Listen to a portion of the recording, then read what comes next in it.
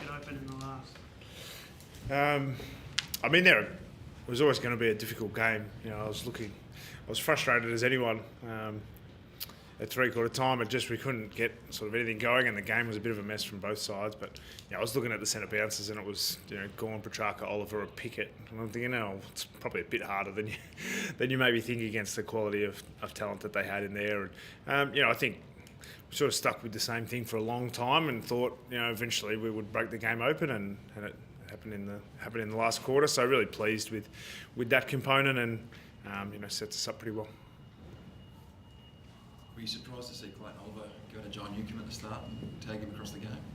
I mean, it's not something I'm not sure if he's done it before. It was a little bit interesting. I mean, Jai's probably had attention the last 3 or 4 weeks in a row now, and I think he's handled it outstandingly well. Sometimes he, offensively he just beats the guy, and then sometimes he does some team stuff. And I thought he was really important for us today.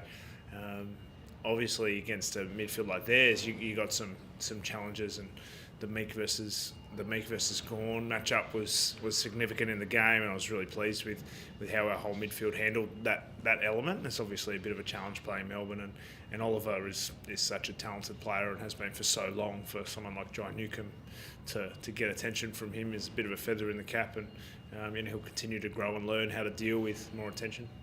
As a coach, are you relieved when you see someone like Clayton Oliver tagging one of your guys so that you don't have to plan for him, or what's the sort of response from your point?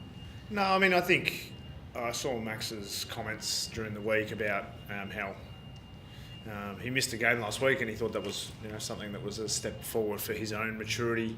And I was he didn't play last week, so it's quite difficult to scout exactly what they're doing from that one game. But I think Clayton Oliver is still a talented player wherever he plays, whether he's playing more of a defensive role, which he did tonight, or whether he's attacking. He's still players that you have to keep an eye on. And I think we curtailed some of their strengths, but obviously Harvey Langford was pretty special tonight. I think he's an enormous talent. We scouted him quite well, and we just didn't have answers for him. So that was a bit of a challenge, one that got away from us a bit more than we would have liked. But for the most part, I thought the players did a good job at sort of curtailing their big weapons. With Newcombe being tagged, how important was Warble in that midfield? Yeah, I mean, Warps has been the thing about Warps is it doesn't matter how everyone else is playing; he always plays sort of the same way.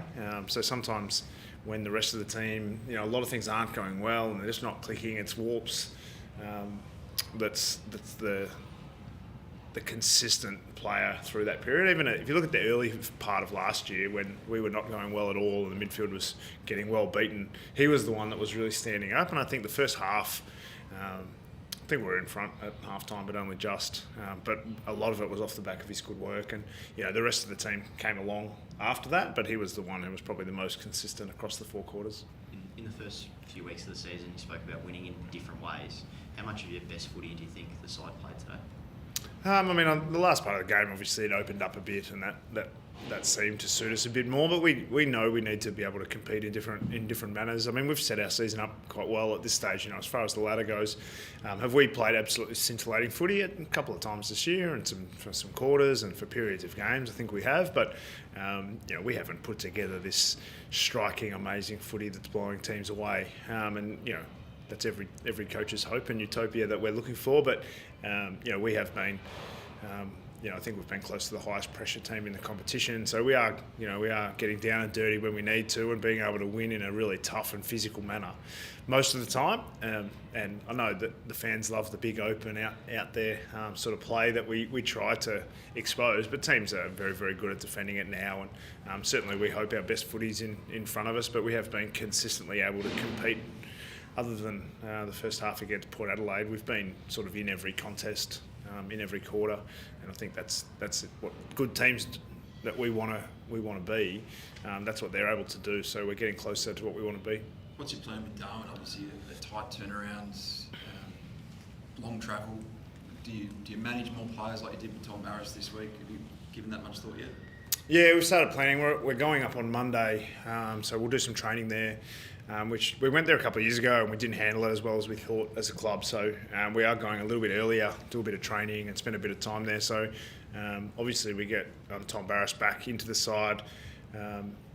And then, so the one that's been made a decision of now is so Jarman Impey won't make that trip. His due date is fast approaching, and being that far away is not a risk we want to take with someone like him. And family certainly first, and with Mother's Day tomorrow, we want to make sure that this is a really good week for him. So he's known that he wasn't going to play in this one for a while. So and whether we do that with a couple of others, we'll make the assessment in the next sort of 48 hours.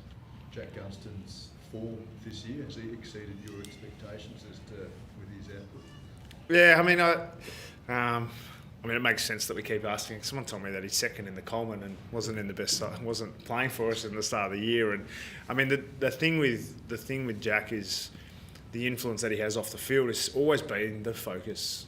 Since he came back to the club, him and Luke Bruce and Sam Frost, they're like extra coaches. They're extra staff for us. They do an enormous job with bringing the youth along and showing leading patterns, and the way that other players go about it is grown from them, and everything that they do on the field is a complete bonus. So the fact that he's having such a significant influence on the field is certainly not something that we plan for as far as like a list management point of view. We weren't thinking, Jack Gunston will be our leading goal kicker and this is how we'll progress forward. So I'm absolutely rapt for him that he's doing that, but he still is having the same, if not more, influence off the field with what he's doing with the other forwards. Kalshadir available, Sam? Will he got through a third game today? Do you expect him to come back next week? You're a bit early on the selection call there, Josh. I'm not exactly sure just yet. I watched the first sort of quarter of the Box Hill game on my phone before the game, trying to keep a bit of an eye. But we'll get a proper rundown over the next couple of days. And he's certainly getting closer. He was limited minutes his first game, played a full game last week, full game today, and we'll see how he pulls up from that. Obviously for them, it's a shorter break as well, so it'll be a bit of a challenge to figure out who's playing just yet. But we'll take quite a big squad to Darwin to make that assessment across the week. Went early on the start there, tactically subbing Huswaite out at half time. How do you view his game early and just a move to get Weddle forward? Yeah, I mean, I think we're sort of struggling in a couple of different areas in the first half. Thought Petrarca's influence was pretty significant, so it was probably more how can we get Finn McGuinness up around the ball a bit more often, and so to get a bit more run and speed into the game. Obviously, that's something that Bailey McDonald's brings significantly, and I think we struggled to score in the early phase. So looking at, weren't sure who to put forward, so whether it was Weddle or Sicily or Hardwick or someone, and we decided to go with Weddle in the end, and that brought Bailey McDonald into the game. It brought Dylan Moore up around the ball, brought Finn McGuinness around the ball. So we thought that taking Huss out, he's young, hasn't played a lot of footy, had a bit of continuity at AFL level at this stage, and to get a bit of speed and energy into the game, we thought it was the right move, and Weds was one of the guys that was the beneficiary of that. How have you rated the response of Jack Ginnivan across the last 3 weeks? He made a big call for Easter Monday, came straight back in, and he's almost had his 3 best games and had a lot of influence. Yeah, I mean, I think he was quite stiff today. You wouldn't have seen it for those who watched it on TV, but if you watched it live, the amount of times that he had the invisible cape on as well, he actually got free a lot, and we just weren't able to find him. We were a little bit scrappy going forward in the first 3 quarters of today. And I think the thing with small forwards is a very difficult position to be consistent in, and so when you look at the best small forwards in the competition, they quite often have periods where they're not going all that well, and he's still just so young, and while his work rate is at a high level, then he still is able to have a significant influence, and I think he's a player who's had to build more resilience than most. At 22 years old, he's been involved in more stories and more articles written about him than nearly anyone else at that age, and I think his resilience that he has built through that, it's not a surprise to me that he went to Box Hill, had a fantastic performance and really worked hard and was a great teammate, and then comes back in and does exactly the same thing. So I'm really proud of his efforts to make a big, strong contribution now that he's back in the side.